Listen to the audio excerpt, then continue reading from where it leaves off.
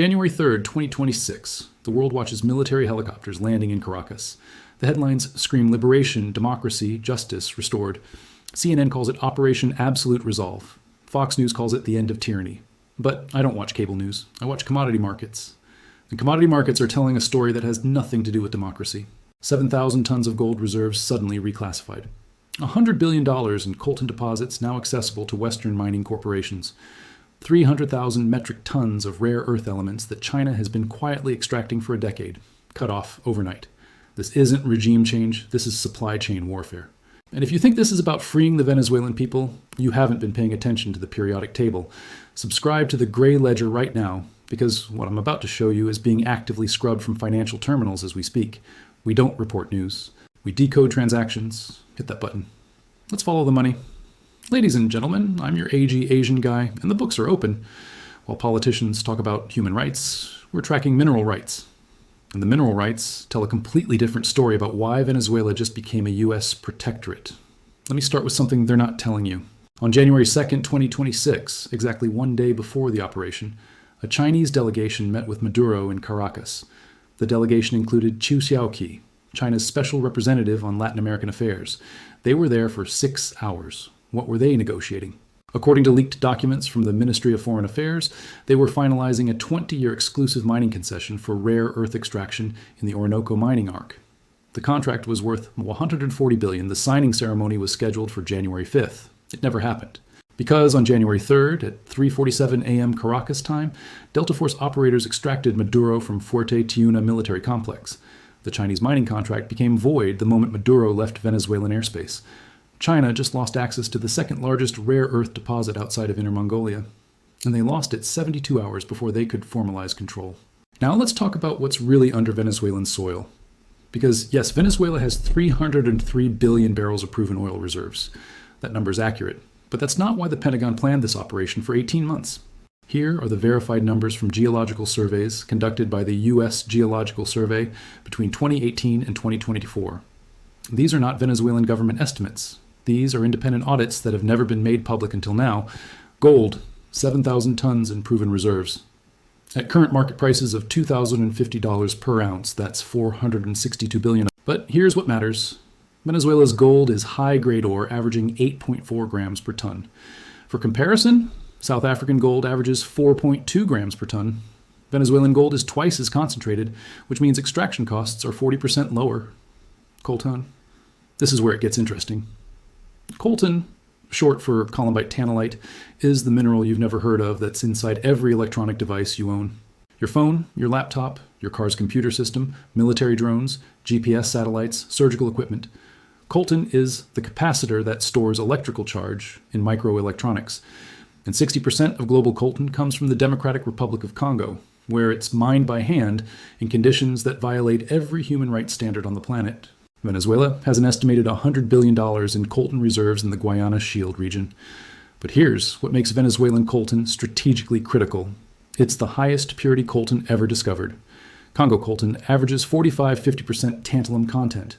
Venezuelan coltan tests at 72-78% tantalum content. That means less refining, lower processing costs, and higher margins.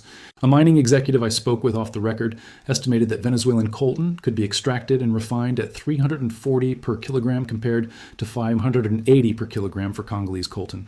But coltan isn't the most valuable mineral in the Orinoco Arc. Rare earth elements are, and this is where the geopolitical chess game becomes crystal clear. Rare earth elements, neodymium, praseodymium, dysprosium, terbium, cerium, lanthanum, these are the 17 metallic elements that are absolutely essential for modern technology. Wind turbines need neodymium magnets. Electric vehicle motors need dysprosium. Smartphone screens need lanthanum. Defense systems need terbium. And right now, China controls 80% of global rare earth processing capacity. Venezuela has an estimated 300,000 metric tons of rare earth oxides in the Orinoco Mining Arc. Independent geologists estimate this could be refined into 85,000 tons of separated rare earth elements. To put that in perspective, global annual rare earth demand is approximately 240,000 tons. Venezuela holds enough rare earths to supply global demand for 4.2 months from a single mining region. The strategic value isn't just the quantity, it's the composition. Venezuelan rare earth deposits are enriched in heavy rare earths, dysprosium, terbium, yttrium. These are the most valuable and strategically important rare earths, and they're incredibly scarce. China's rare earth deposits are dominated by light rare earths like cerium and lanthanum. Venezuela's deposits are the opposite, 52% heavy rare earths compared to 18% in Chinese deposits. Military procurement officers have been trying to diversify rare earth supply chains away from China for 15 years. They've tried mining in California, they've tried partnerships with Australia, they've explored deposits in Greenland. None of it scales fast enough. Venezuela is the shortcut. And on January 3rd, 2026, that shortcut just opened. Now let me show you the financial engineering that made this operation profitable before a single barrel of oil flows.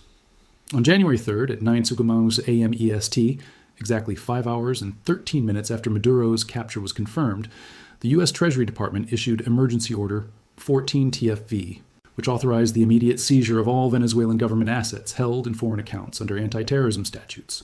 $7.2 billion in PDVSA accounts, frozen in U.S. banks since 2019, liquidated immediately. 200 tons of Venezuelan gold held at the Bank of England, valued between $9.8 billion and $13.1 billion. The UK government announced it would cooperate with international investigations, which is diplomatic language for this gold now belongs to whoever wins the legal fight, and we're backing the US. $4.1 billion in Citgo equity. Citgo is Venezuela's US-based refining subsidiary. It owns 3 refineries and 48 terminals across the United States. The moment Maduro was removed, Citgo's board, which has been in legal limbo for 5 years, was reconstituted with US-appointed directors. Citgo just became a US-controlled company with $12 billion in annual revenue. Add it together. The U.S. Treasury just secured $21 to $25 billion in liquid assets within 6 hours of the operation. For context, Operation Absolute Resolve, the military operation that captured Maduro, had an estimated operational cost of $406 billion, including aircraft deployment, special operations units, logistical support, and post-operation security. The operation paid for itself 4 times over on day 1, but the liquid assets are just the first phase. The real windfall comes from debt restructuring.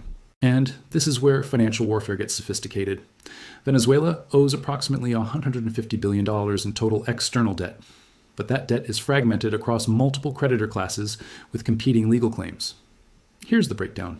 Western bondholders, $60 billion in defaulted sovereign bonds and PDVSA bonds. These have been in default since 2017. Bondholders include hedge funds, pension funds, and distressed debt specialists who bought these bonds at 8 to 12 cents on the dollar, hoping for exactly this scenario. Chinese policy banks, $60 billion under oil for loans agreements. China Development Bank and China Export-Import Bank extended these loans between 2007 and 2016 in exchange for guaranteed oil shipments. Venezuela was supposed to ship 500,000 barrels per day to China. Actual shipments in 2025, 180,000 barrels per day. China is owed approximately $45 billion in shortfall payments, but the contracts are structured under Venezuelan law, which means they're effectively unenforceable in U.S. courts. Russian energy companies, $1.8 billion primarily through Rosneft joint ventures. These are operational debts tied to specific oil field developments. Rosneft tried to collateralize these with Citgo shares in 2020, but U.S. sanctions blocked the transfer. Multilateral creditors, $8 billion to the World Bank, Inter-American Development Bank, and other international financial institutions. These are senior secured debts with priority repayment status. Now, here's where it gets interesting. The U.S. is not going to pay any of these debts in full. Instead, they're going to restructure under a new framework that prioritizes U.S. interests. Here's how. Western bondholders will receive 30-40 cents on the dollar through a combination of cash payments from liquidated PDVSA accounts and equity stakes in new oil joint ventures. The bondholders who bought at 8 to 12 cents will make 3 to 4x returns. The bondholders who bought at face value will take massive losses.